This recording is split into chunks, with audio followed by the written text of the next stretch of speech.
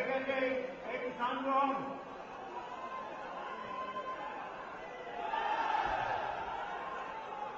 আপনারা মোদিজিকে শুনতে চাইছেন না খালি স্লোগান দিতে চাইছেন?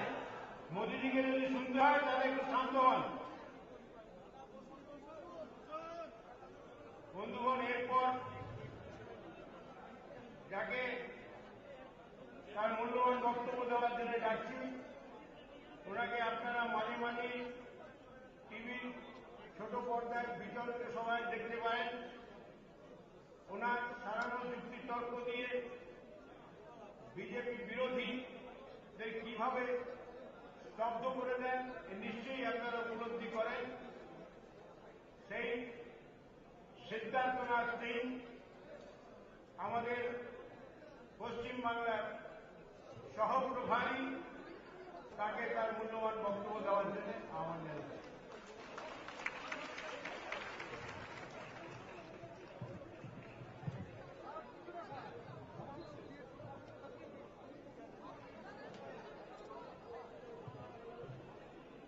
आदरणीय भारतीय जनता पार्टी के सबसे लोकप्रिय नेता, गुजरात के मुख्यमंत्री, हमारे सभी के अलग नरेंद्र मोदी जी, बगल में बैठे आपके लोकप्रिय प्रदेश अध्यक्ष राहुल सिन्हा जी, बड़े भाई राज्यसभा में सांसद चंदन दास,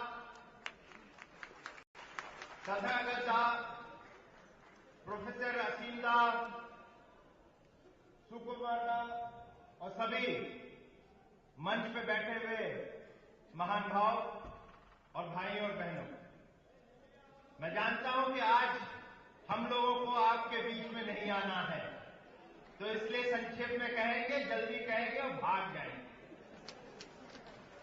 क्योंकि जितने आप व्याकुल हैं उतने हम भी व्याकुल हैं नरेंद्र मोदी जी को सुनने के लिए। मैं अपनी बात किसी जमाने में एक शायर ने कहा था, उससे मैं शुरू करता हूं। किसी को ना था मेरे कद का अंदाजा, किसी को ना था मेरे कद का अंदाजा, हूं तो आसमान पर सिर झुका के चलता गया। शायर ने आपसे 100 साल पहले कहा था, लेकिन वास्तविकता में आज हमें उसका दर्शन नरेंद्र मोदी जी के रूप में होता हुआ दिख रहा है। विपक्ष हो, मीडिया हो, एनजीओ हो, जितने तिरकश थे, जितने तीर थे तिरकश के अंदर, एक के बाद एक छोड़े उन्होंने, मगर मोदी जी ने उफ न करी। मोदी जी ने उसका जवाब शांति से और सिर झुका के अपना काम करते हुए उनका सबका मुंह बंद कर दिया। आज देश में नहीं विदेश में लोग एक चीज बोल रहे हैं और वो जाप रहे हैं, नमो नमो नमो नमो नमो नमो। आज वो मॉडल बन गया है गुजरात। 6 करोड़ की गुजरात की जनता उसका सुख पा रही है। 6 करोड़ के साथ 114 करोड़ और लोग हैं, वो भी उनका सुख पाना चाहते हैं और वो भी जाप करना चाहते हैं, नमो नमो नमो नमो नमो। और इसमें कठिनाई नहीं है, मैं वास्तविकता कहता हूं, इसमें कठिनाई नहीं है।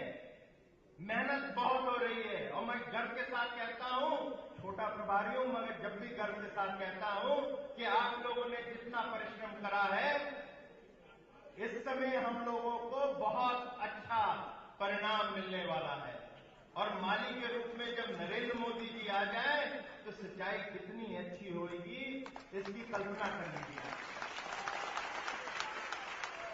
और आजकल एक बहस चल गई है, मोदी जी को देखा देखी आजकल कांग्रेस के भी युवा नेता लोग कॉन्फेडरेशन में जाते हैं, कोई सीआईए भी जाने लगे हैं। और जब सीआईए में जाते हैं तो चर्चा शुरू हो गई जिस दिन सीआईए में वो गए थे, उन्होंने कुछ वक्तव्य अपने दिए, तो कुछ एसएमएस आ गए हम लोग के पास, तो उसका जिक्र कर देता हूं मैं। एक एसएमएस आया जिसमें कहा कि एक हवाई जहाज में 5 जने जा रहे थे। एक तेंदुलकर जी थे, एक मुकेश अंबानी जी, एक राहुल गांधी जी, एक छोटा 10 साल का बच्चा और नरेंद्र मोदी जी। कुछ तकनीकी खराबी हो गई। पायलट ने कहा 4 पैराशूट हैं, आप लोग कूद। तेंदुलकर ने कहा कि भारत को वर्ल्ड कप जिताना है, तो इसलिए मेरी आवश्यकता है। उसने एक पैराशूट लिया, कूद। दूसरा, मुकेश अंबानी जी ने कहा मैं इंडस्ट्रियलिस्ट हूं, देश में नौकरियां और पैदा करनी है, उन्होंने लिया, वो भी कूद गए। राहुल गांधी जी ने कहा मैं भविष्य हूं, मैं परिवार है, हमारा परिवारवाद है, देश को चलाना है, वो भी कूद गए। मोदी जी ने देखा बच्चा है, देश का भविष्य, उससे कहा बेटा तुम चलो, मैं बाद में आऊंगा। तो बेटे ने कहा, छोटे बच्चे ने कहा अंकल इसकी आवश्यकता नहीं, वो जो था राहुल गांधी मेरे स्कूल का बैग लेके कूद गया, जो पैराशूट है। तो ये तो आज माहौल हो रहा है देश के अंदर। तो चिंता किस बात की हम लोगों को? हम लोगों को परिश्रम करना है, यहां के कार्यकर्ताओं को परिश्रम करना है। मैंने कहा था बातें बहुत है मेरे पास और दिल खोल के करना चाहता हूं, मगर मैं दूरदर्शन की तरह जो चलता है रुकावट में खेद वो नहीं बनूंगा, क्योंकि मेरे आगे 2 रुकावट में खेद और हैं। तो इसलिए अपनी बात यहां समाप्त करके मैं एक चीज और कहना चाहता हूं सर, क्योंकि विकास के बारे में कहते हैं, देश की जनता आपके बारे में कहती है, मगर साथ ही साथ इस देश में जिस प्रकार से भ्रष्टाचार चल रहा है सर, उसमें भी आपकी तरफ देश पूरा देख रहा है। आप एक ईमानदार राजनेता के प्रतीक में सामने सबके खड़े हैं, और इसलिए आपने जो सम्मान हमें दिया पिछले 2-3 दफे जब आप आए हैं दिल्ली में और हमारे परिवार में, और लोगों ने उसका जिक्र किया, परिवार ने ही देश के हर नागरिक ने उसका जिक्र किया कि आपने मेरे पूज्य नानाजी लाल बहादुर शास्त्री जी का जिक्र किया अपने भाषणों में, उसका स्वागत हुआ। तो एक घटना देखे वो प्रासंगिक हो जाता है, इसलिए मैं आपके बीच में रख के चला जाता हूं। आजादी की लड़ाई के जमाने में शास्त्री जी जेल में रहते थे, उसी प्रकार और लोग भी रहते थे। लाला लाजपत राय सोसाइटी एक होती थी, उसके माध्यम से जो आजादी की लड़ाई में जो लोग लगे रहते थे तो उनके घर पे कुछ हर महीने राशि दी जाती थी। उसी प्रकार शास्त्री जी के भी घर में 11.5 रुपए प्रति माह आता था। शास्त्री जी 6-8 महीने के बाद जेल से आए, नैनी जेल इलाहाबाद में है। वो जब घर आए तो मेरी नानी ललिता शास्त्री जी ने उन्हें एक नया कुर्ता, धोती कुर्ता दिया। तो शास्त्री जी ने देखा, बोला ये किसने दिया? बोला मैंने खरीदा। तो शास्त्री जी ने कहा पैसे कहां से आए? तो ललिता जी ने कहा कि वो 11.5 रुपए आते हैं, मैं 1.5 रुपए हर महीने बचा लेती हूं और उससे मैंने आपके लिए खरीद लिया। तो शास्त्री जी ने तुरंत कलम और अपना एक पैड उठाया, उसमें लिखा लाला लाजपत राय सोसाइटी को कि अगले महीने से आप 10 रुपए देना, क्योंकि मेरे घर का खर्चा 11.5 नहीं 10 रुपए में हो जाता। वो आज ईमानदारी, मैं सच कहता हूं, वो दिल से कहता हूं, उनका नाती होकर कहता हूं, लोग आपके अंदर देख रहे हैं। इन्हीं शब्दों के साथ मैं बहुत बहुत धन्यवाद और आपका स्वागत करता हूं। हम लोग कार्यकर्ताओं के बीच में आप आए बंगाल की तरफ से, और अपने तरफ से आपका स्वागत करता हूं। जय हिंद, जय भारत।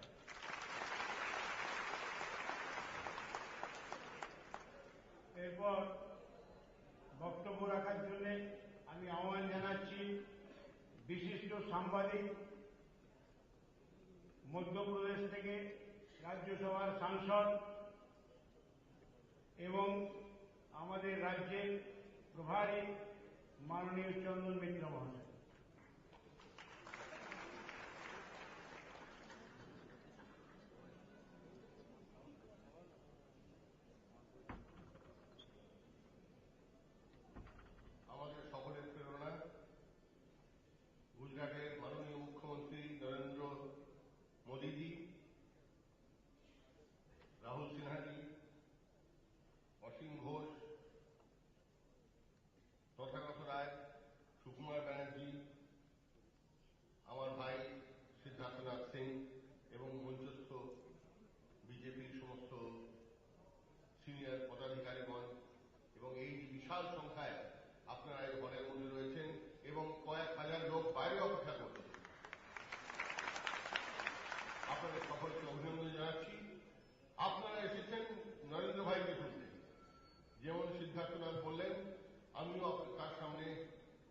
के लिए खेद है होते চাই না। আজ জানেন তো সকালে কি হয়েছে? ওই বণিক সভায় একজন ভাষণ দিচ্ছিলেন নরেন্দ্র ভাই বলবার ঠিক আগে, একটু বেশিক্ষণ ধরে বলেছেন। তো পুরো এই জনসভায় লোকে তার মধ্যেই হাততালি দিতে আরম্ভ করেছে যে থামো থামো, যাও, কেন শুধু বক্তব্য, এখন থেকে আমরা তালি বাজিয়ে দিচ্ছি। তো এই তালি বাজাবার সুযোগ আপনাদের দেবো না, একটু আমি বলতে পারি। আমি কিছুই বেশি বলব। আমি আজকে বলতে এসেছি নরেন্দ্র ভাইকে যে আপনি যে পশ্চিমবাংলায় এলেন, আপনার এই যে গত এক মাসের যে আপনার সফর চলছে, দিল্লিতে পরপর আপনি এতগুলি সভায় এলেন, আর তারপরে পশ্চিমবাংলায় আপনি এলেন, এটা খুব বড় কথা। কারণ এই রাজ্য আজ অন্ধকারের মধ্যে তলিয়ে গেছে। এই রাজ্যে আশা বলে আর কিছু নেই। আশার যেটুকু দ্বীপ জ্বলছিল টিম করে, এখন সেটাও শেষ।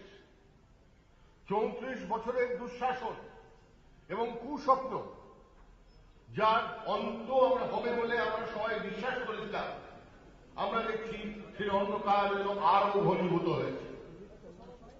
এর মধ্যে প্রদীপ কে জ্বালাবে? আমি বিশ্বাস করি এবং আমার দৃঢ় বিশ্বাস যে এই প্রদীপ জ্বালাবার ক্ষমতা একমাত্র নরেন্দ্র ভাই মোদীর আছে।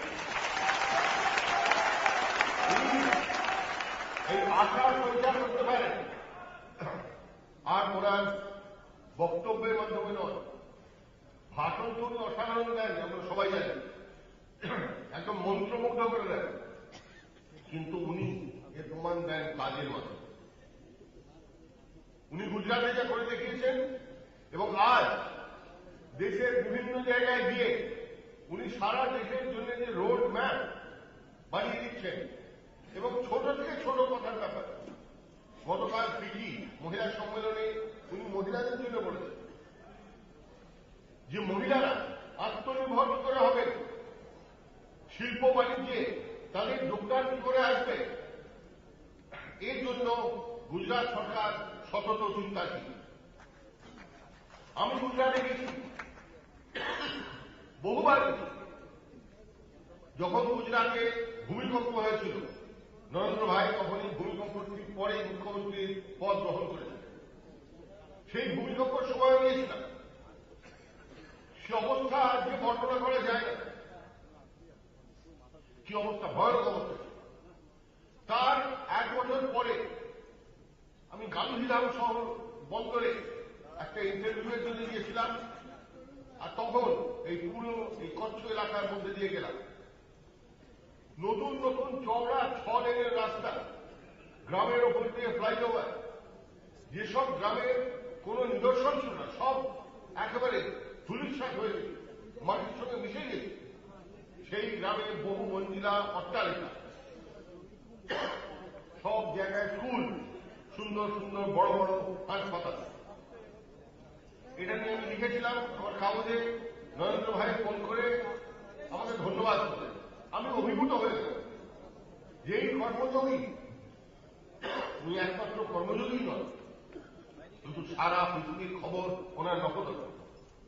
আর এই মানুষই 12 বছর ধরে মিডিয়ার একটা অংশ, আর কিছু লোক, কিছু রাজনৈতিক দল যেভাবে তাকে দানব বানাবার চেষ্টা করেছে, আজ সময় এসেছে শুধু গুজরাটের মানুষ নয়, পুরো ভারতবর্ষের মানুষ তার জবাব দেবে। আজ পশ্চিমবাংলা, যে বাংলা স্বাধীনতা সংগ্রাম থেকে আরম্ভ করে আজ পর্যন্ত দেশের বৌদ্ধিক এবং নানা ক্ষেত্রে লিডারশিপ দিচ্ছে, তারা আবার প্রমাণ করবে যে বাংলা যে রাস্তা দেখায় সেই রাস্তায় আগামীকাল পুরো দেশ চলতে বাধ্য হবে। তাই এগুলি বলতে চাইছি, আপনি আমাদের প্রেরণা, আপনি আমাদের ऊर्जार उत्स, आप हमारे ऊर्जा के स्रोत, आप बार बार आइए, हमें प्रेरणा दीजिए। आप आएंगे, हमसे 2 बार कहेंगे, थोड़ा सा पीठ थपथपाएंगे और बोलेंगे श्यामा प्रसाद मुखर्जी के बंगाल में कमल खिलाओ।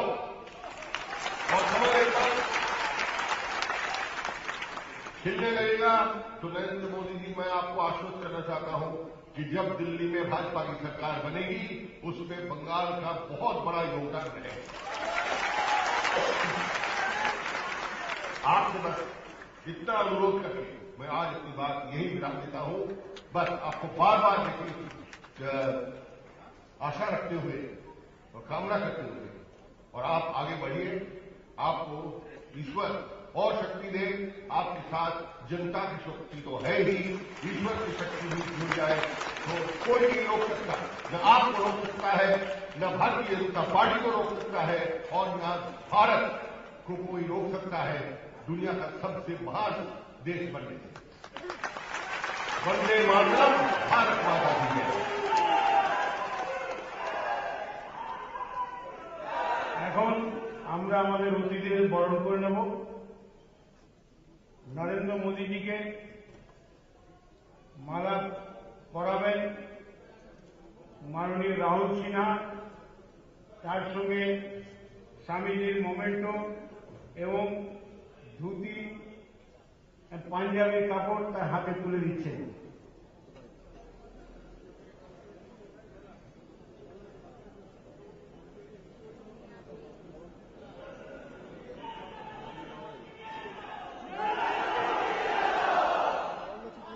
সঙ্গে দুটি পুস্তক, একটি শ্যামাপ্রসাদের জীবনী আর একটি দাদু গ্রন্থ তুলে দেওয়া।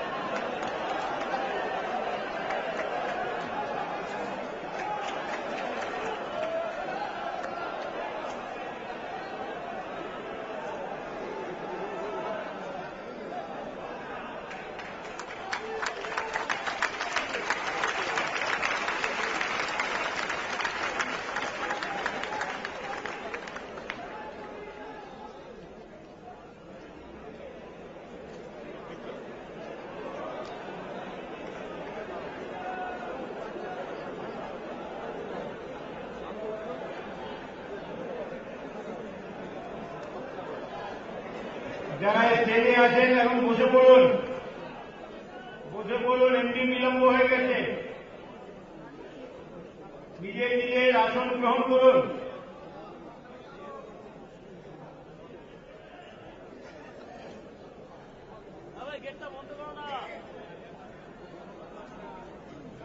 এখন চন্দন মিত্রকে মালা পরিয়ে বরণ করে নিচ্ছে উমাশঙ্কর ঘোষ দস্তিদার। সিদ্ধার্থনাথ সিংকে বরণ করে নিচ্ছে হরিকৃষ্ণ দত্ত এবং প্রেসিডেন্ট, আমাদের বিধায়ক প্রেসিডেন্ট বরণ করছে মাননীয় প্রতাপ ব্যানার্জি।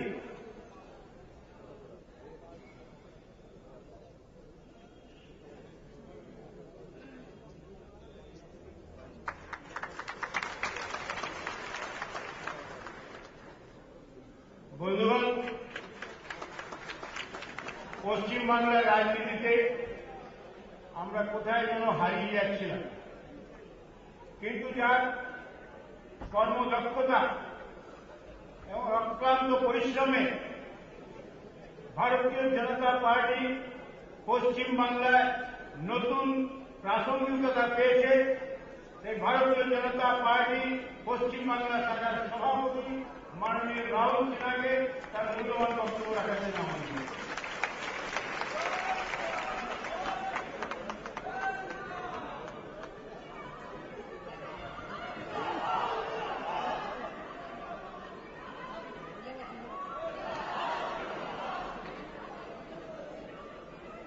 आगे क्लियर हो गया काम দেখা যাবে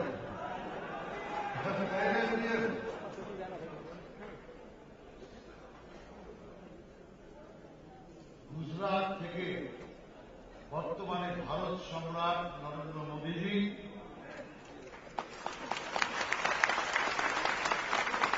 উপস্থিত আমাদের দুই প্রভারী চন্দন মিত্র, সিদ্ধার্থ সিং,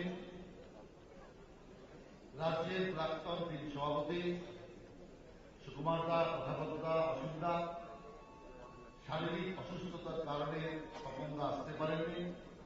তবু আমি তপনদাকে সম্বোধন করছি যে উনি আমাদের সঙ্গেই আছেন।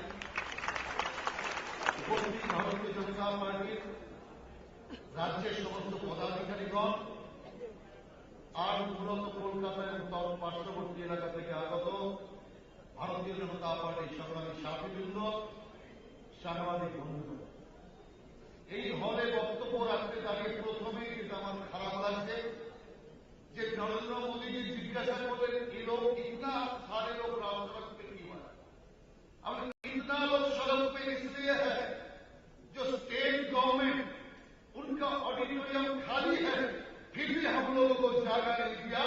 ऐसा तो किसी से होना नहीं चाहिए। लेकिन मैं कल भूल गया कंफर्म में कोई कार्यक्रम हो रहा है कि नहीं। आज मैंने गया सांबादिक लोगों को, पत्रकार लोगों को भेजा, आज तक वाले और सारे कुछ पत्रकार जाके घूम के आया, एक भी आदमी पर नहीं है, कोई कार्यक्रम नहीं है। मैं राज्य सरकार से कहना चाहता हूं, राज्य सरकार बोल रहा है रुपया नहीं है। आज रुपया के लिए ममता बनर्जी चले गए सीधा दिल्ली रुपया मांगने का कारण, और आज हम लोग हॉल लेते कम से कम 5 लाख रुपया हॉल का भरा है। इधर सरकार को मैंने सरकार से पूछना चाहता हूं, ये जो 5 लाख रुपया सरकार का नुकसान हुआ या पश्चिम बंगाल में जनता का नुकसान हुआ, इसका भरपाई कौन करेंगे? ये हम चीफ मिनिस्टर को पूछना चाहते हैं। मैंने देखता हूं सीपीएम बदल होके बहुत बड़ा में सीपीएम राज चल रहा है। इसको हम समर्थन नहीं देना चाहते।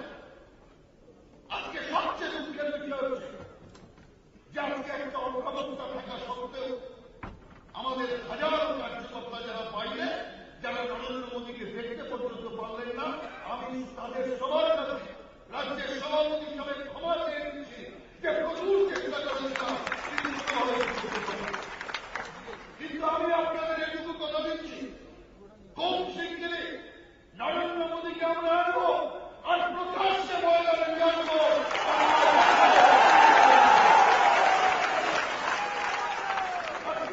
পশ্চিমবাংলা যা অবস্থা সিপিএম সরকারের আমলে হয়েছে, যেভাবে শিক্ষাক্ষেত্রে মাস্টারদের সিপিএম আমলে মেটানো হয়েছে, যেভাবে গুন্ডামির রাজত্ব কায়েম করে সিপিএম 34 বছর পশ্চিমবাংলায় রাজত্ব করেছে, একই ধারায় চলছে। সেই সময় ছিল তারা সুশান্ত ঘোষের আমলে তাদের কায়দায় সরকার চলত, আর এখন নির্ভর আর আরামদের সরকার চলছে। 62,000 কলকারখানা বন্ধ,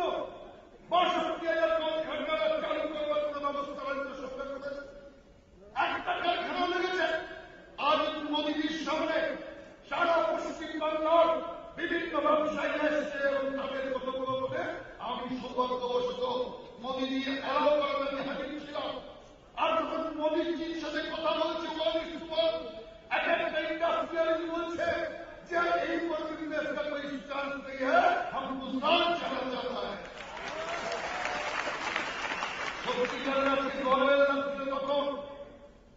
जब सुबह हमने नरेंद्र भाई का साथ बेलूर मठ में गया, तब मैंने सोच रहा था बंगाल से नरेंद्र पैदा होके पूरा विश्व को हिलाया था। ऐसे हम बीजेपी परिवार में एक नरेंद्र पैदा होंगे जो देश को हिलाकर विश्व को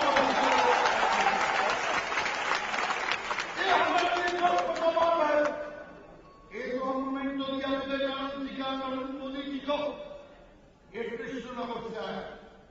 कृष्णनगर में जब कृष्णनगर का उस दुकान में जब फोन किया गया, इस कुर्सी को हम चाहिए हमको, उन्होंने दाम लगा दिया उस कुर्सी का। फिर बाद में जब बातचीत सुन के टेलीफोन में बातचीत सुन के जो दुकान का मालिक, उन्होंने पूछा किसको ये कुर्सी अब देने वाले हैं। 7 लाख उन्होंने बोला नरेंद्र मोदी को देने वाले हैं।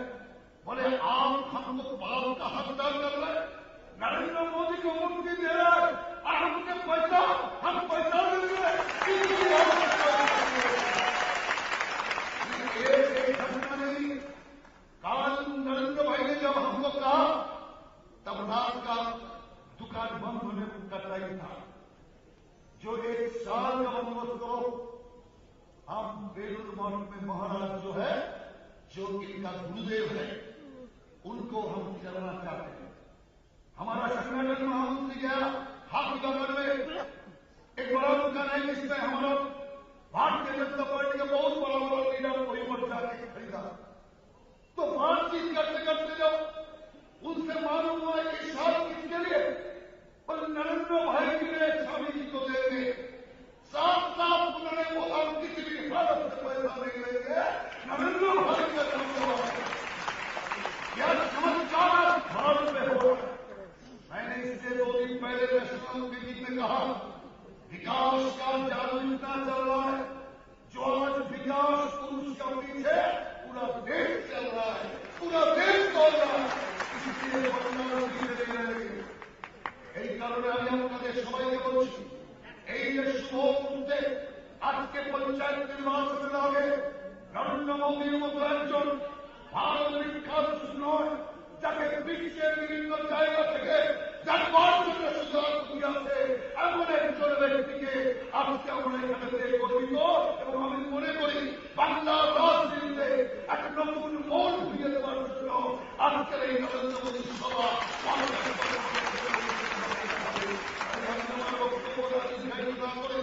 আমি নিজেও मोदी जी के सुनने चाहे, मैं भी आपको मोदी जी को सुनने के लिए इसीलिए उनसे शिक्षा लेना चाहता हूँ।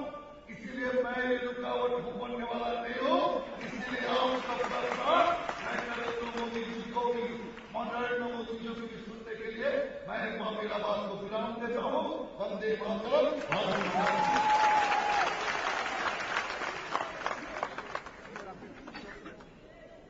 नरेंद्र जी को देख करके मुझे नीरज जी को पंक्तियां याद आई। जो निर्मित नहीं होता वो कभी बंधित नहीं होता। जिसे खाया न किया कांटों ने वो कभी सुगंधित नहीं होता। ऐसे नरेंद्र जी जिनके कर्म कुशलता की सुगंध देश में नहीं विदेश में फैल रही है, और विदेश से लेकर के देश तक और देश से लेकर विदेश तक जो बंदिश हो रहे हैं, अब शर्त नहीं होगी अगर मैं कहूं कि मुख्यमंत्री के पद को नरेंद्र भाई ने गौरवान्वित किया है, एक नया आयाम दिया है, एक नया परिचय दिया है, एक नई ऊंचाई दिया है, एक नया अर्थ दिया है। बंधुओं, ऐसे नरेंद्र भाई को मैं इस ऐतिहासिक सभागार में, जो कविगुरु रविन्द्रनाथ टैगोर और नेताजी सुभाष चंद्र बोस के स्मृतियों से जुड़ी हुई है, उनके ओजस्वी एवं सारगर्भित वक्तव्य रखने के लिए, इस सभा को गौरवान्वित करने के लिए मैं नरेंद्र जी को आह्वान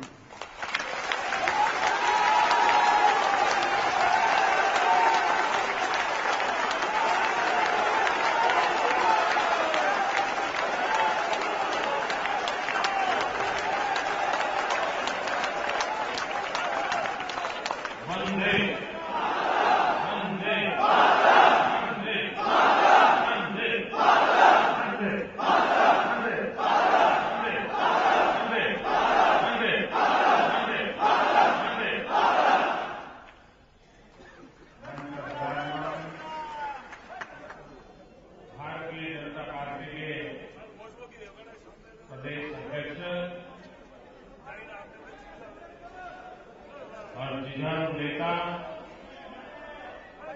श्रीमान राहुल जी,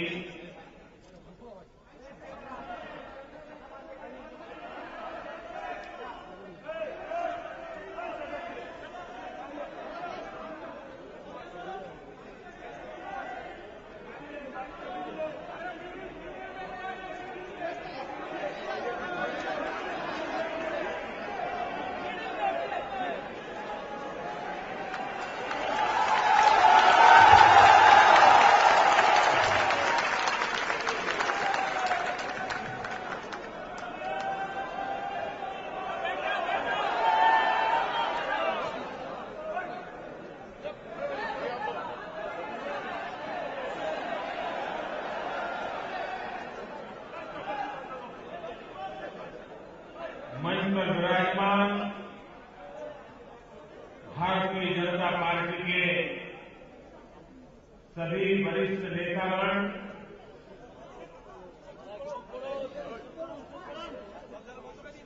और जुस्से से भरे हुए कार्यकर्ता भाई और बहनों,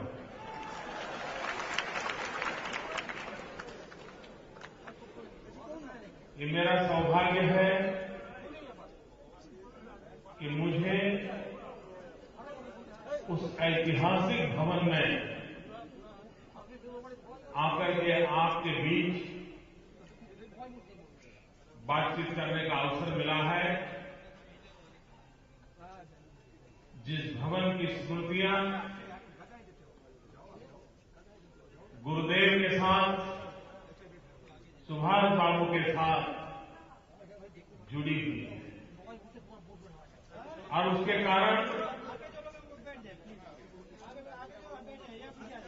एक अलग प्रकार की वाइब्रेशन की अनुभूति होती है जब इन महापुरुषों का स्मरण करते हैं।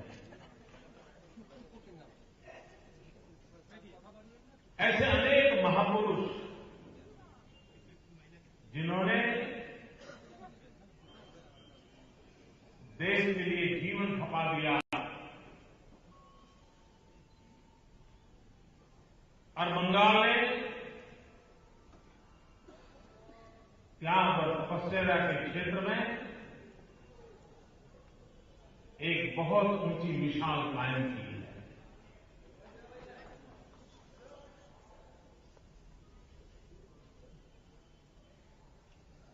रामकृष्ण परमहंस की धरती, श्यामा प्रसाद मुखर्जी की धरती, स्वामी विवेकानंद जी की धरती, अनेक तपस्वी तेजस्वी महापुरुषों की धरती, उस धरती को मैं नमन करता हूं।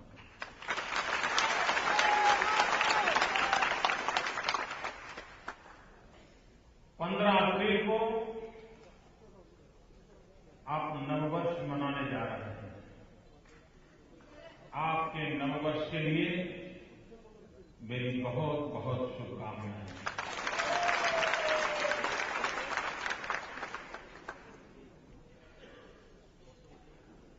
और इस नववर्ष से आने वाले नववर्ष तक आपको इतनी ताकत मिले, आपको इतना जन समर्थन मिले, आपके शब्दों का इतना सामर्थ्य बढ़े, आपके परिश्रम की इतनी पराकाष्ठा हो कि शासक कोई भी क्यों न हो, आपकी बात सुनने के लिए मजबूर हो। ये सामर्थ्य आपको प्राप्त हो, ऐसे में आप सबको शुभकामना देता हूं। भाइयों बहनों, जब मैं गुजरात में कार्यकर्ताओं से बात करता हूं,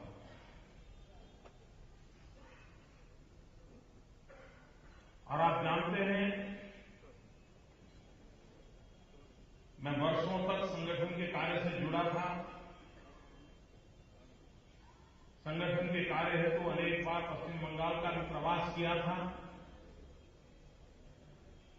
कार्यकर्ताओं के साथ घंटों तक बातें करने का मुझे अवसर मिलता था। देश भर में संगठन के कार्य से भ्रमण करने का सौभाग्य मिला था। अब दायित्व बदल गया, उसके कारण मैं गुजरात में अपना शक्ति और समय लगा रहा हूं। लेकिन जब भी मैं गुजरात के कार्यकर्ताओं से बात करता हूं तो मैं हमेशा उन प्रदेशों के कार्यकर्ताओं का जिक्र करता हूं जिन प्रदेशों में भारतीय जनता पार्टी के कार्यकर्ताओं के इतने कष्ट झेलने पड़े। राजनीतिक प्रतिस्पर्धी ऐसे दुश्मन की तरह उनके साथ व्यवहार करते हैं। लोकतंत्र के नियमों का कोई पालन न करते हुए प्रतिपक्ष को खत्म कैसे करना, उसी के षड्यंत्र करते रहते हैं। और उसके बावजूद भी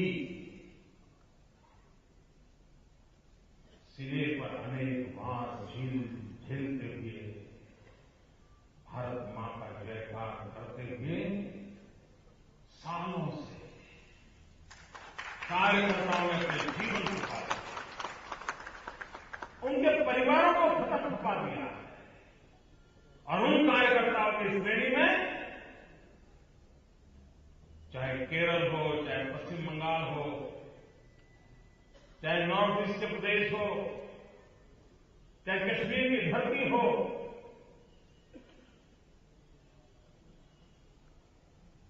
चाहे मेरा बंगाल हो, ये सब कार्यकर्ता देश भर के कार्यकर्ताओं की प्रेरणा है। आपको लगता होगा कि गुजरात में 3 बार विजयी हो गए तो नरेंद्र मोदी कुछ बन गए। मित्रों, हम गुजरात के कार्यकर्ता आज भी आपके तप और तपस्या को स्मरण करके दौड़ने की ताकत का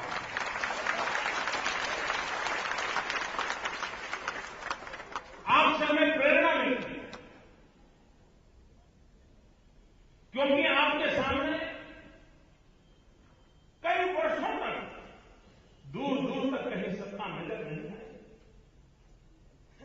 जमानत बच जाए तो भी बहुत है, ये पता होने के बाद भी एक विचार के लिए, एक आदर्श के लिए मां भारती का कल्याण हो, इस यज्ञ में हम भी कुछ आहुति दें। उस प्रकार से आप लोगों ने और 2-2, 4-4 पीढ़ी खपते थे। आपका ये त्याग, आपकी ये तपस्या, मेरे बंगाल के कार्यकर्ताओं का पसीना कभी न कभी तो रंग लाएगा।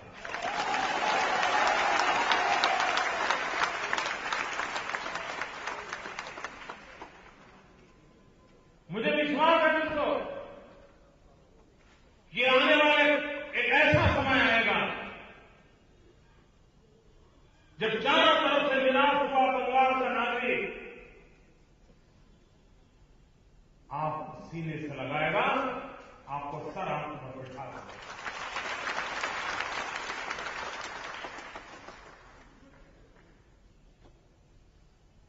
ये बंगाल की भूमि है जो बराबर तरासती है, और एक बार तरासने का बाद स्वीकार किया तो लंबे अरसे तक आपको अवसर भी देगा। इस भूमि की विशेषता है। भाइयों बहनों, राजनीति ने अपना रूप बदल चुका है।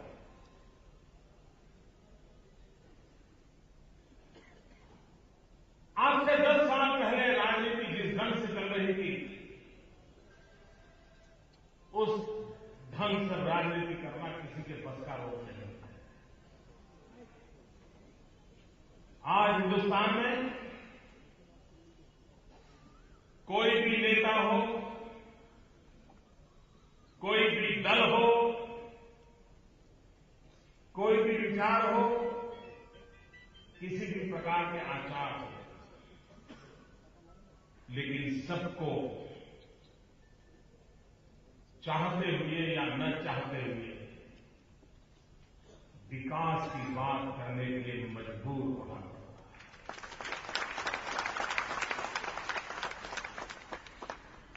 जनता जनार्दन के सामने जाकर के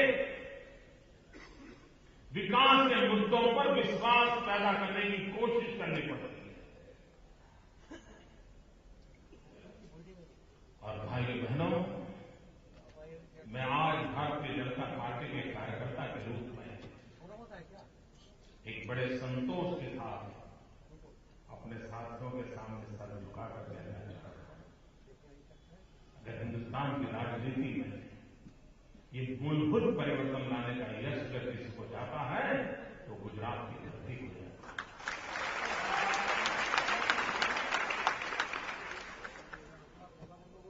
विकास के मुद्दे पर राजनीति हो सकती है, सामान्य मानवीय शासन क्यों बनाता? सरकार किसके लिए होती है? कोई अमीर बीमार हो जाए तो उसको सरकारी अस्पताल की जरूरत होती है क्या? उसके घर तो दुनिया भर के डॉक्टर आकर के कतार में खड़े हो जाते हैं। अस्पताल की जरूरत होती गरीब के लिए।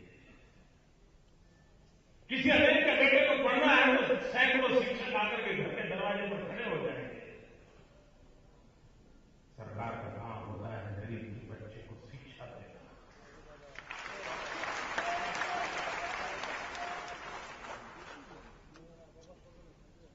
जो रुपयों से खेलते हैं उनको कठिनाइयों का पता नहीं होता है, लेकिन जो नौजवान अपनी विधवा मां के सपनों को पूरा करने के लिए रात रात फुटपाथ पर उनकी लाइफ पर बैठ करके पढ़ाई की है, उस बच्चे को मां के सपनों को पूरा करने के लिए रोजगार चाहिए। ये रोजगार की चिंता करना सरकार का काम है।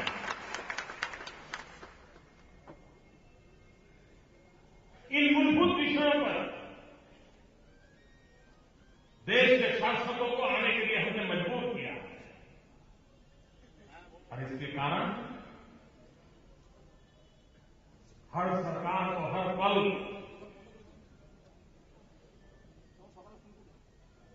अपने किए हुए कामों का हिसाब देना पड़ता है। मित्रों, क्या कारण है कि इतने कम समय में दिल्ली में बैठी हुई सरकार के प्रति इतनी नफरत पैदा हो गई? मीडिया के मित्रों ने दिल्ली की सरकार को कोई कम मदद नहीं की है।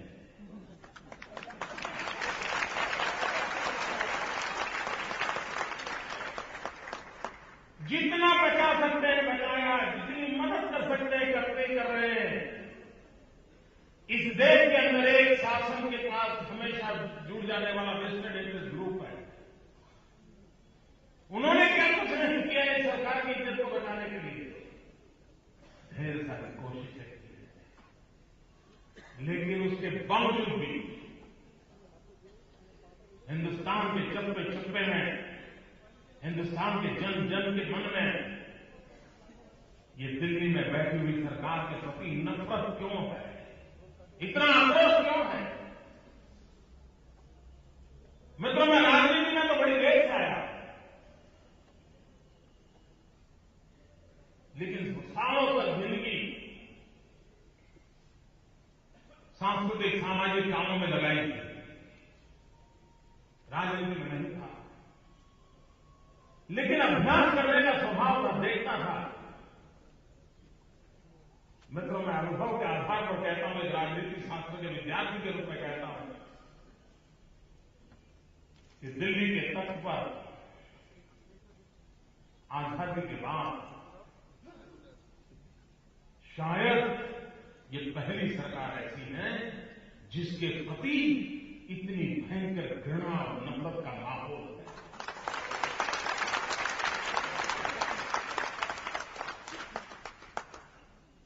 मित्रों, कभी राजी नाराजी शासन के प्रति होना एक बात है, कभी किसी एक छोटी सी घटना पर गुस्सा होना स्वाभाविक है, लेकिन नफरत, घृणा अब इस बार ये स्थिति इससे पहले इस देश में कभी नहीं आई थी जो आज आई है। और इसके लिए संपूर्ण रूप से कांग्रेस पार्टी जिम्मेदार है।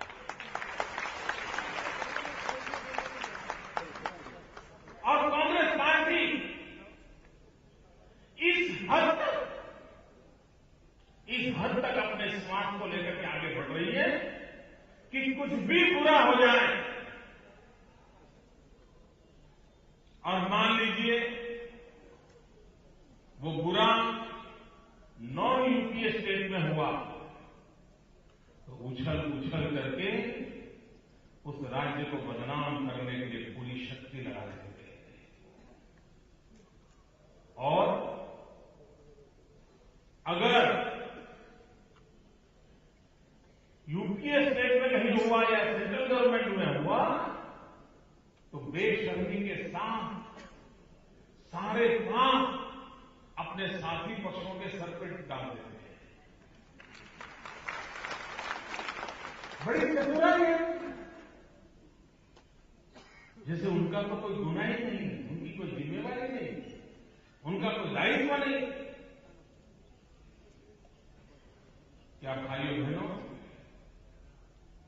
हम लोगों के रहते हुए ऐसी कांग्रेस पार्टी इस देश में रहनी चाहिए। सत्ता के गलियारों में उसको प्रवेश मिलना चाहिए। देश का शासन करने का अवसर मिलना चाहिए। क्या उसको धरती पर से उखाड़ फेंकना हमारा कर्तव्य नहीं है? भाइयों बहनों, पूरे देश के अंदर कौन सत्ता में आए कौन ना आए इसके लिए नहीं, लेकिन देश को बर्बादी से बचाने के लिए इस देश को कांग्रेस मुक्त हिंदुस्तान बनाने का सपना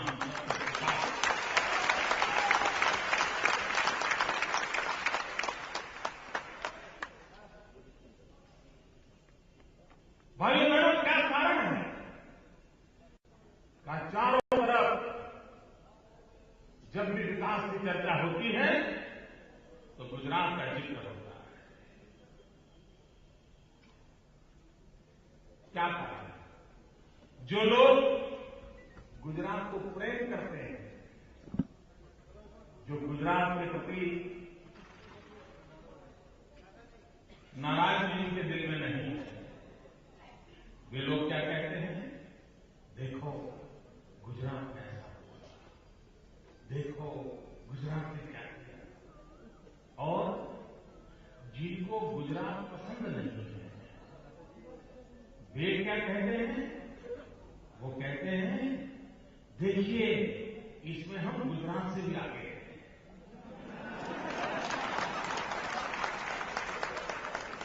यानी पसंद है तो भी ना पैरामीटर गुजरात है, अगर पसंद नहीं है तो भी पैरामीटर गुजरात है।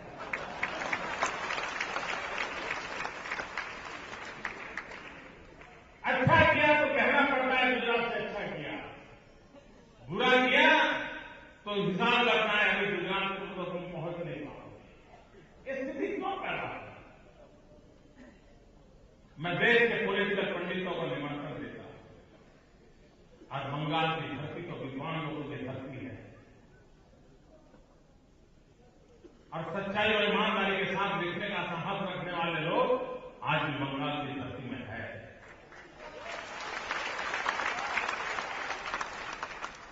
क्या समय की मांग नहीं है?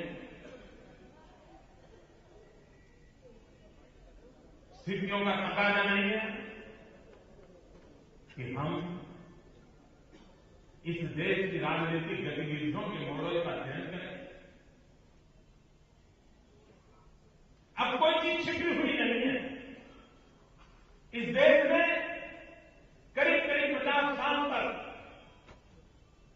कांग्रेस पार्टी का शासन देख लिया है। इस देश ने केरल, बंगाल और त्रिपुरा में कम्युनिस्टों का शासन देख लिया है। इस देश ने परिवार द्वारा चल रही पार्टियों का शासन देख लिया है। इस देश ने प्रादेशिक पक्षों के द्वारा चल रही सरकारें देख ली है। इस देश ने भारतीय जनता पार्टी की सरकारें देख ली। एक प्रकार से पिछले 7 वर्ष में 5 अलग अलग प्रकार की सरकारों के मॉडल इस देश में कार्यरत रहे और उन सभी सरकारों का उत्तम से उत्तम समय कौन सा हो उठा लिया जाए। 50-100 पैरामीटर तय किए जाए और किस सरकार ने अपने 5 साल के कार्यकाल में क्या काम किया, जनता की भलाई के लिए क्या काम किया, विकास के लिए क्या काम किया, शुचिता की दृष्टि से क्या काम किया, समाज का विश्वास पाने की दिशा में क्या काम किया, अलग अलग मानदंड लेकर के उसको तय किया जाए और फिर लेखा जोखा लिया जाए। इस सच्चे अर्थ में देश की भलाई के लिए काम करने वाली कौन सी सरकारें हैं, सामान्य मानव की भलाई के लिए काम करने वाली कौन सी सरकारें हैं, इसका लेखा जोखा हो जाएगा। और मित्रों, मैं बिल्कुल विश्वास से कहता हूं, जिस दिन इस 5 प्रकार की सरकारों के मॉडल का इवैल्यूएशन होगा, भारतीय जनता पार्टी उत्तम से उत्तम परफॉर्मर के रूप में देश के सामने। आप मुझे बताएंगे इतने सालों तक कांग्रेस पार्टी ने दिल्ली में राज किया, पंचायत से पार्लियामेंट तक एक ही दल का शासन, विरोध पक्ष को खा ही नहीं। 5-15 लोग आकर मिलकर मुश्किल से जीतते जा रहे थे। वो दिन थे जब मीडिया इतना वायरल नहीं था। वो दिन था जब जुडिशियल एक्टिविज्म नहीं था। वो दिन थे जब एनजीओ की भरमार नहीं थी। वो दिन थे जब पीआईएल करने की और कोर्ट में जाकर के तूफान खड़े करने की परंपरा नहीं थी। पूरी तरह 3 दशक ऐसे गए हैं कि जिसमें कांग्रेस को कोई पूछने वाला नहीं था। सब कुछ वो जो करे वो आखिरी, ऐसा माहौल था। इतना अच्छा अवसर मिलने के बाद भी, इतनी सुविधा रहने के बाद भी, रुकावटों का नामो निशान न होने के बावजूद भी, क्या कारण था कि कांग्रेस पार्टी इस देश को कुछ नहीं दे पाई। और आज हम लोग अगर सत्ता में है तो कभी सीबीआई आकर के धमकती है। कोई हफ्ता ऐसा नहीं हुआ कि पीआईएल सुप्रीम कोर्ट में चली न गई हो। मीडिया के मित्रों के माध्यम से कोई हमला न हुआ हो। एनजीओ ने कोई तूफान खड़ा न किया हो। विपक्ष कानून को रोकने के लिए पूरी ताकत से लगा हुआ हो। इतने विरोध अवरोध के बीच चाहे डॉक्टर रमन सिंह की छत्तीसगढ़ की सरकार हो, चाहे शिवराज सिंह की मध्य प्रदेश की सरकार हो, चाहे हिमाचल में प्रेम कुमार धूमल की सरकार हो, चाहे राजस्थान में वसुंधरा राजे की सरकार हो, चाहे कर्नाटक में शेखर की सरकार हो, चाहे गोवा में मनोहर पर्रिकर जी की सरकार हो, जहां जहां भारतीय जनता पार्टी को सरकारें चलाने का अवसर मिला है, एक भी सरकार पर भ्रष्टाचार के कोई गंभीर आरोप नहीं लगे।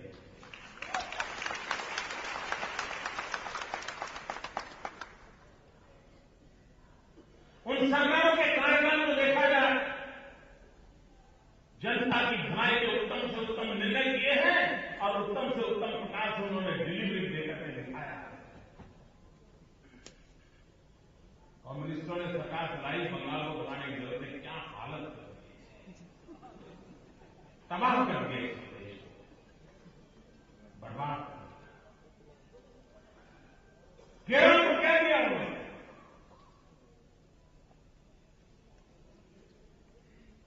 चुनाव जीतने के नए नए तौर तरीके खोजने में वो 5 साल लगे रहते हैं।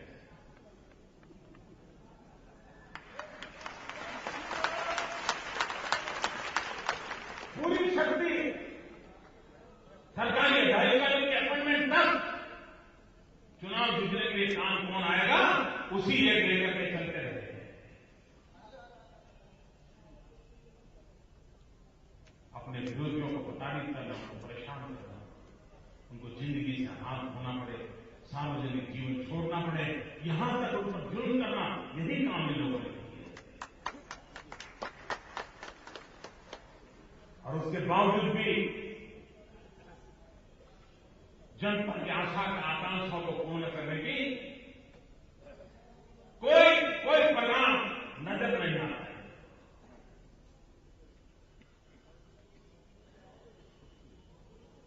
मित्रों, ये मजदूरों की भलाई का नाम लेकर के सरकारें चलाने वाले लोग, मैं उनको पूछना चाहता हूं। अभी भारत सरकार का एक रिपोर्ट आया, वो रिपोर्ट ये कह रहा है पूरे हिंदुस्तान में कम से कम नौजवान बेरोजगार कहीं है तो राजस्थान, गुजरात है। और जहां ये यूपीए वाली सरकारें हैं, जहां कम्युनिस्टों की सरकार है, वहां सबसे अधिक नौजवान बेरोजगार। क्या किया? और इसलिए भाइयों बहनों, हम अध्ययन करके बारीकियों की जानकारियों के साथ देश की युवा पीढ़ी को, देश के नागरिकों को प्रशिक्षित करने का हमारा दायित्व है कि भले हम छोटे होंगे, भले आज बाजार में हमारी उपस्थिति कम होगी, लेकिन हमने जो रास्ता चुना है, उस रास्ते में कई राज्यों का भला किया है, बंगाल का भी भला हम कर सकते हैं। ये बात जनता की विश्वास दिखाना।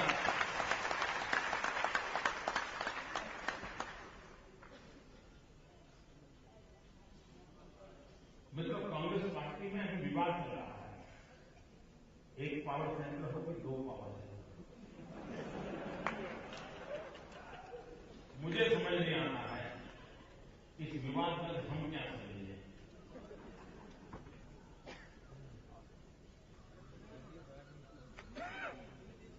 आप मुझे बताइए मित्रों, कितने पावर सेंटर बात की बात है, कहीं पावर नजर आ रहा है?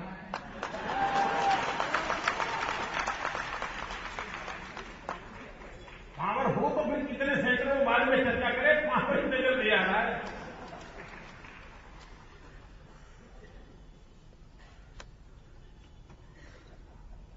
और सिर्फ बैटरी बदलने से गाड़ी चलने वाली नहीं है।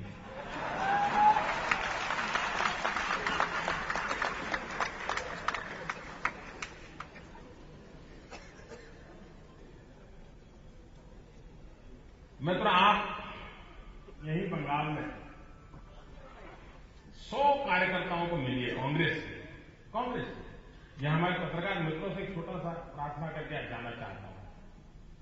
और मुझे विश्वास है कि बंगाल के पत्रकार मेरे प्रति बहुत ही प्रेम रखते हैं, तो जरूर मेरा एक काम करेंगे और जरूर मेरा एक काम करेंगे। आप 100 कांग्रेस के मित्रों का एक सहज रूप से इंटरव्यू लीजिए, छोटा मोटा कोई भी एक सवाल पूछिए, उसको पूछिए देश का नेता कौन है।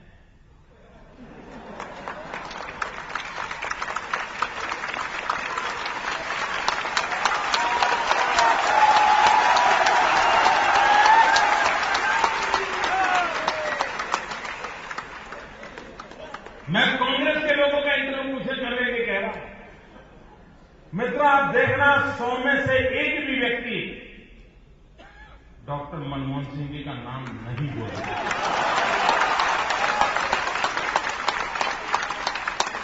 जो पार्टी अपने प्रधानमंत्री को नेता मानने को तैयार न हो, जो पार्टी अपने प्रधानमंत्री को देश का नेता मानने को तैयार न हो, पार्टी का नेता मानने को तैयार नहीं हो, वो प्रधानमंत्री देश का नेतृत्व कैसे कर सकते?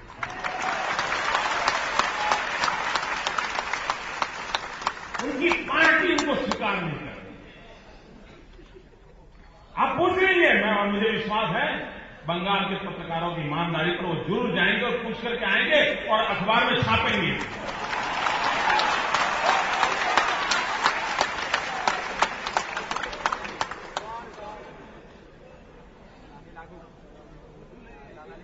क्या हालत करके रखी है।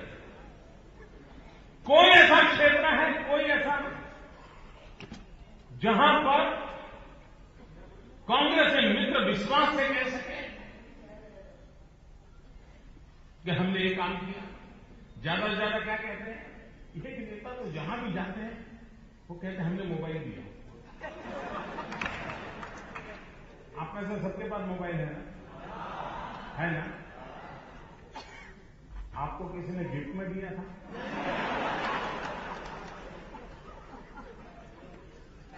सीधा बैंक में ट्रांसफर होकर के आया था? अपनी जेब के पैसों से लाए होंगे।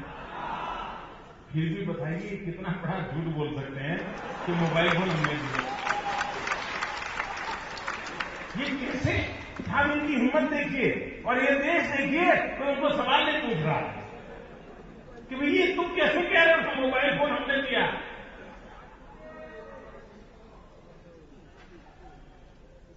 एक बार मेरे यहां चुनाव में उनके नेता ही आए और उन्होंने भाषण किया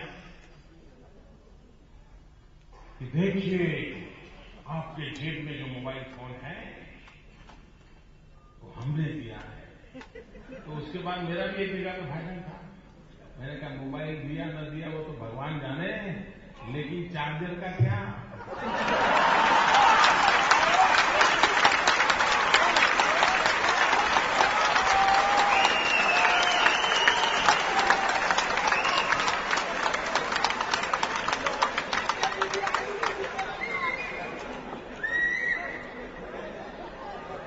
बिजली तो है नहीं, वो चाहत कहां करवाएगा? पहले बिजली तो दो।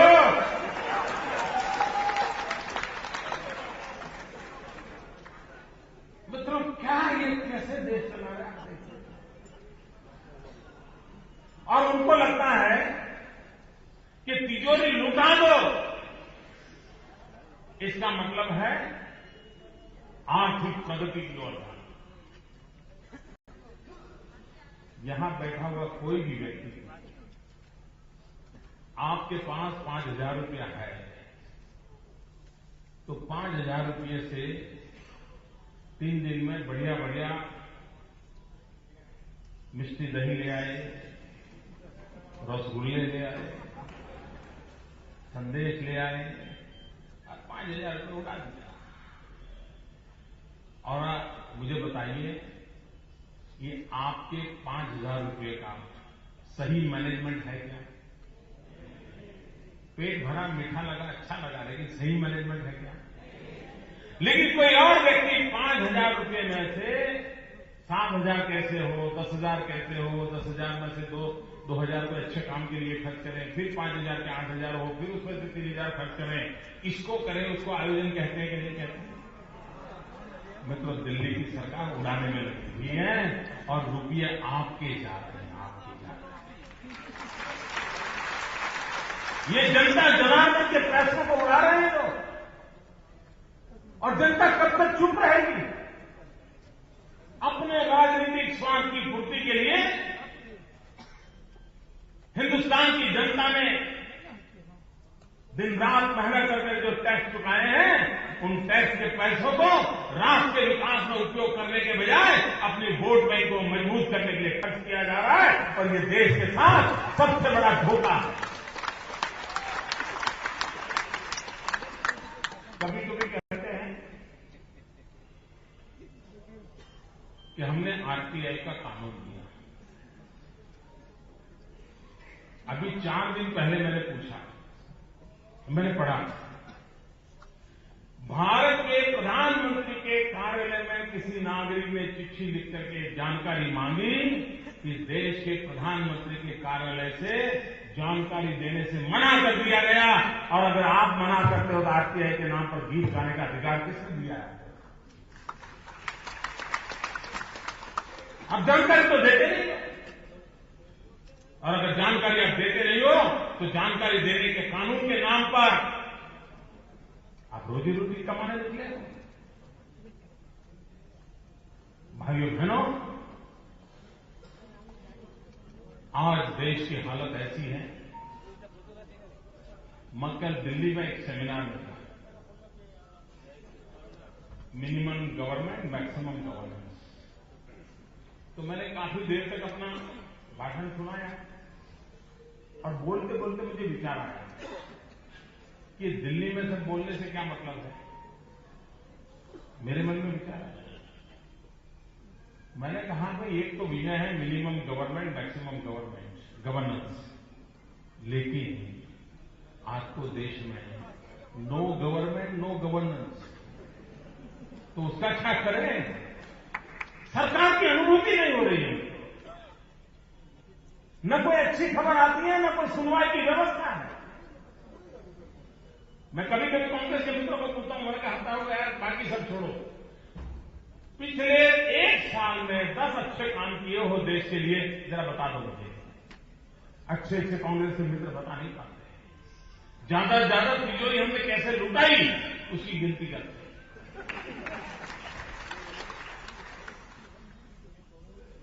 भाइयों बहनों, अगर यही स्थिति होती है तो क्या होगा? आप देखिए मित्रों, कॉमनवेल्थ गेम का कौभांड हुआ। दुनिया की सबसे बड़ी ताकतवर सरकार कोई थी तो दिल्ली में थी, सबसे बड़ी सरकार थी तो दिल्ली में थी। ऊपर नीचे जितनी सरकारों के लेयर है सारी की सारी उनकी सरकारें थी। सब कुछ उनका होने के बाद भी सारी दुनिया में हमारी नाक कट गई, और कॉमनवेल्थ गेम के अंदर अरबों खरबों रुपयों का भ्रष्टाचार हो गया, और उसके बावजूद भी उनका कोई दायित्व ही नहीं। जैसे रेनकोट पहन करके बाथरूम में नहा रहे हो,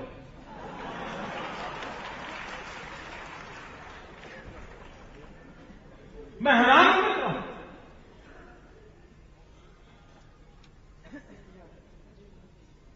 और देश के पंडितों से मैं पूछ रहा हूं, इनको कैसे माफ किया जा सकता है? कैसे उनके पापों को स्वीकार किया जा सकता है? मित्रों, इस देश के अंदर इन दिनों चर्चा चल रही है, ग्रोथ रेट डाउन हो गया, ग्रोथ रेट डाउन हो गया। क्यों हो गया भाई? आखिर का विकास दर चाहिए तो आपको आर्थिक गतिविधि चाहिए, कृषि में काम होना चाहिए, मैन्युफैक्चरिंग में काम होना चाहिए, सर्विस सेक्टर में काम होना चाहिए।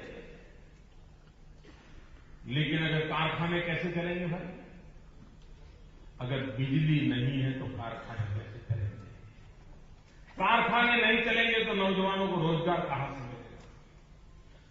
कारखाने नहीं चलेंगे तो इकोनॉमी कैसे मोबिलाइज होगी? मोमेंटम कहां से आएगा? और कारखाने चल क्यों नहीं रहे? तो कहे बिजली नहीं है। तो बिजली क्यों नहीं है? क्या बिजली के कारखाने नहीं है क्या? बिजली के कारखाने हैं, अरबों खरबों रुपया लग चुके हैं, कारखाने खड़े पड़े हैं, लेकिन बिजली पैदा नहीं करते। तो बिजली पैदा क्यों नहीं करते? क्योंकि कोयला नहीं है। कोयला क्यों नहीं है? तो कोयला खदान में है। खदान में क्यों है? तो अभी हमने पॉलिसी डिसाइड नहीं की। कितने साल हुए? 3 साल हुए। कब करोगे? 14 तक तो रहने वाले नहीं हो।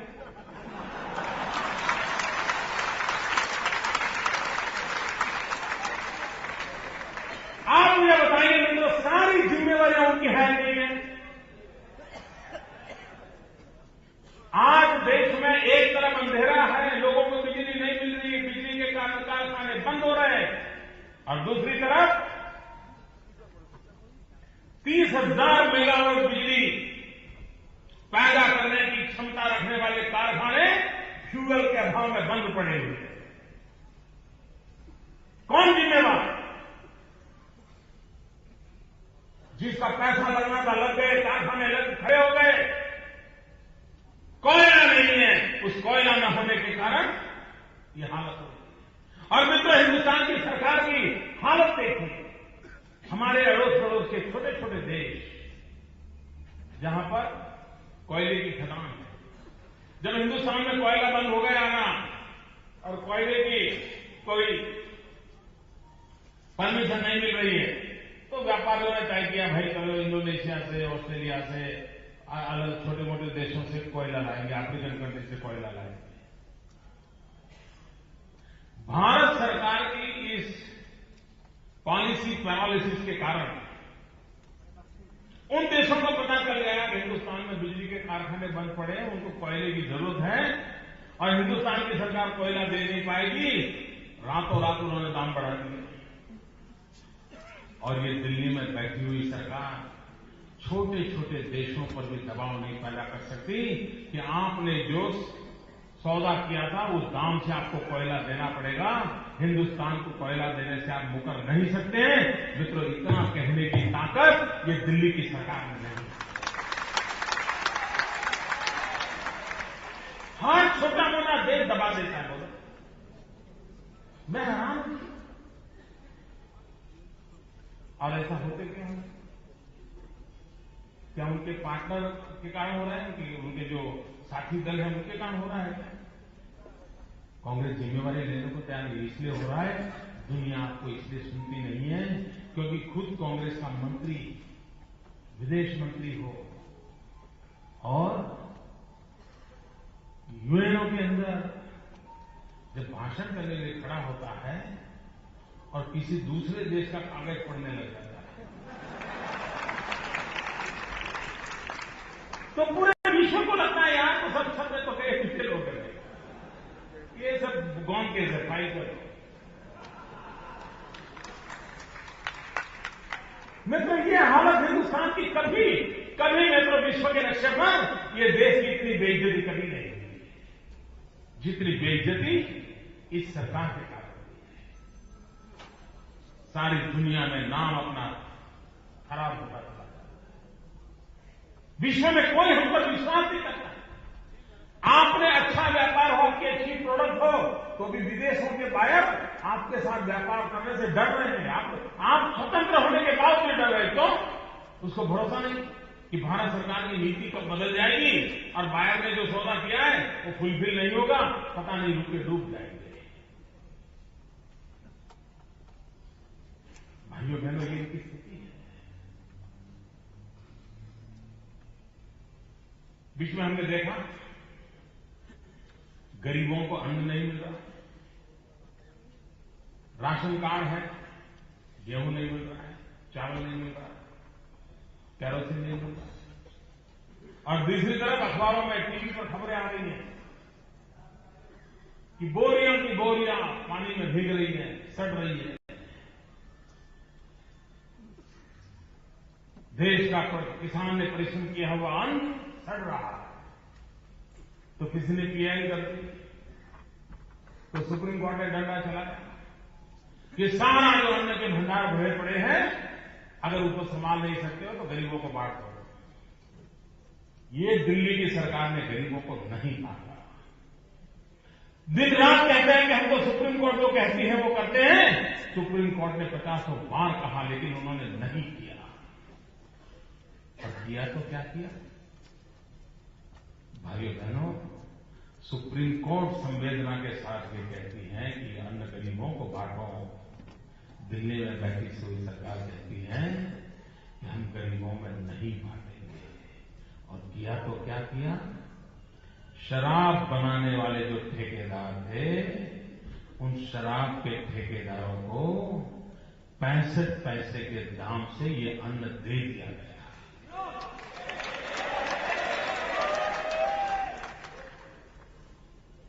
आप कहिए क्या इन पर भरोसा कर सकते हैं? और इसलिए भाइयों बहनों, समय का तकाजा है, समय की मांग है कि हम सभी भारतीय जनता पार्टी के कार्यकर्ता देश के सामान्य मानवीय की आशा आकांक्षाओं की पूर्ति के लिए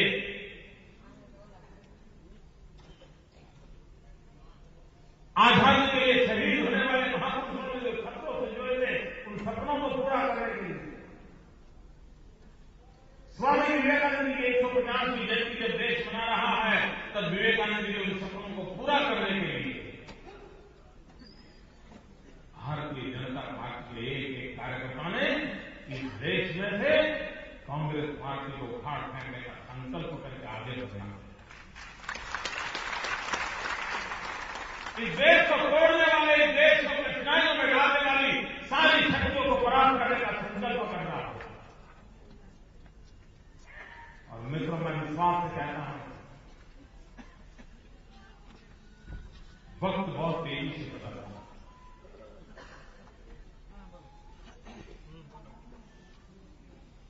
कांग्रेस पार्टी के मित्रों को पता तक नहीं है, कांग्रेस पार्टी की हमेशा झंडा झुला लेकर के घूमने वालों को पता नहीं है, वेस्ट इंडीज दूर को पता नहीं कि कितनी तेजी से कांग्रेस पार्टी का रिजर्वेशन राजी नाराजी के तराजू से हिंदुस्तान की राजनीति का विश्लेषण करने का वक्त चला गया। अब तक हिंदुस्तान में पॉलिटिकल जो एनालिसिस हुए हैं, वो सरकार के सामने या पक्ष के सामने या नेता के सामने राजी नाराजी का माहौल कैसा है उसके आधार पर हुए। पहली बार हिंदुस्तान की राजनीति में नफरत और घृणा के मापदंड बनकर हिंदुस्तान की कांग्रेस पार्टी को तोड़ा है। ऐसी नफरत, ऐसी घृणा, ऐसा गुस्सा, और देश के कोने कोने में कोई समस्या ऐसी नहीं है जिसको सुलझाने की दिशा में उन्होंने कोई प्रामाणिक प्रयास किया, 2 कदम भी चले हो। और इसलिए भाइयों बहनों, मां भारती की सेवा करने में लगे हुए भारतीय जनता पार्टी के लक्षावधि कार्यकर्ता अपने सामर्थ्य से, अपनी शक्ति से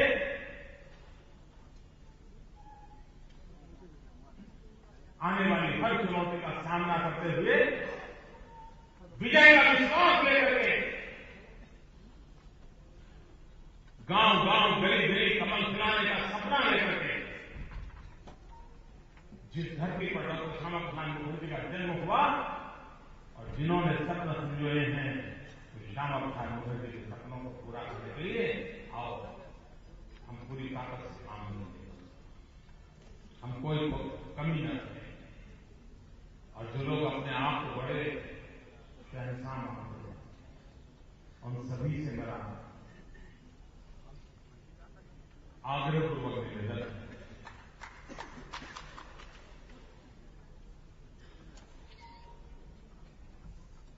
ये मान के चलिए कि यावत चंद्र दिवाकर आपका राज रहने वाला नहीं है। जो बंगाल में मेरे छोटे छोटे कार्यकर्ताओं को परेशान कर रहे हैं, उन सरकार के मुलाजिमों से भी कहना चाहता हूं, लोकतंत्र में हरेक नागरिक का अधिकार है, उसको दबाने की कोशिश करने से कभी कोई सफलता किसको दिला नहीं सकती। भारतीय जनता पार्टी बंगाल का कार्यकर्ता खूंखार से खूंखार ताकतों के खिलाफ लड़ करके आज ही आगे बढ़ा।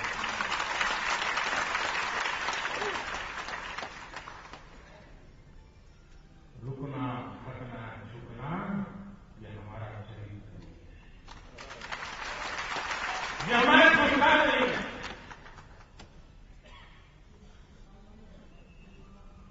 हम भाजपा के कार्यकर्ता मौत को मुट्ठी में लेकर के निकले हुए हैं।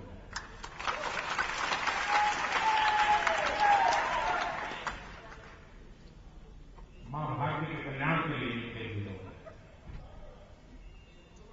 हमें कोई चुनौती न दे, और अगर ये कोशिशें होती रहेगी तो भारतीय जनता पार्टी और भी ताकत से आगे बढ़ेगी। आजकल मैं देख रहा हूं कि मेरा कहीं पर भी कोई भाषण होता है तो यहां भाषण मेरा पूरा हो जाए उसके पहले प्रधानमंत्री कार्यालय से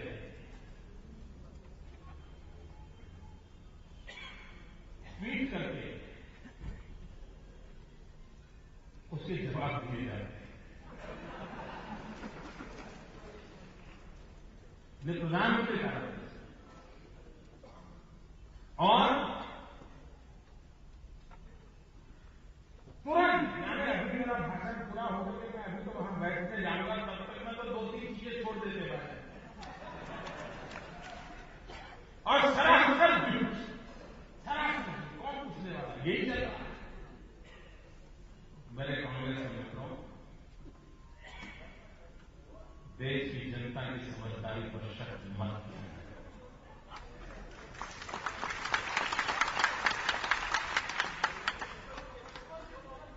देश की जनता को पूरी समझ है सच क्या है, दूध का और दूध और पानी का पानी कैसे होता है, ये देश की जनता पूरी भांति समझती है। कांग्रेस की कोशिशों से कुछ नहीं करने वाला और सत्य सीना तान के प्रकट होकर के रहेगा। इस विश्वास के साथ हम आगे बढ़े। मित्रों, आपने मेरा सम्मान किया, प्यार दिया, इसलिए मैं आपका बहुत बहुत आभारी हूं। धन्यवाद।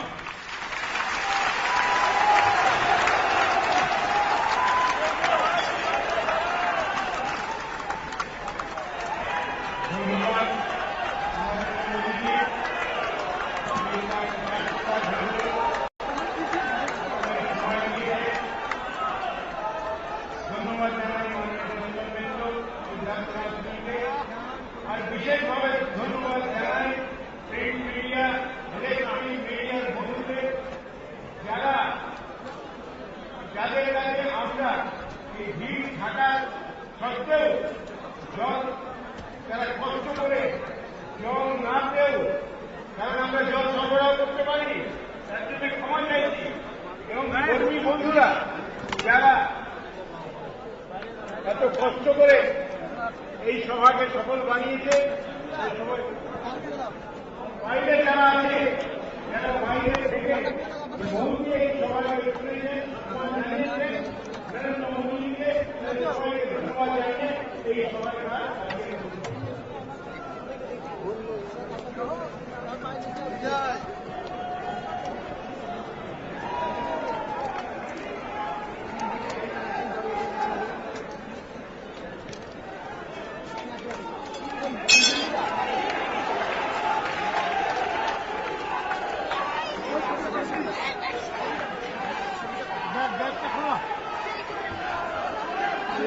করো।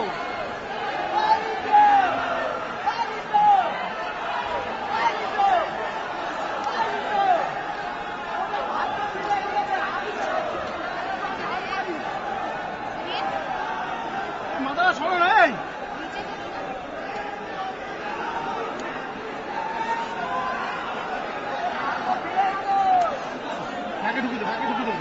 বাইরে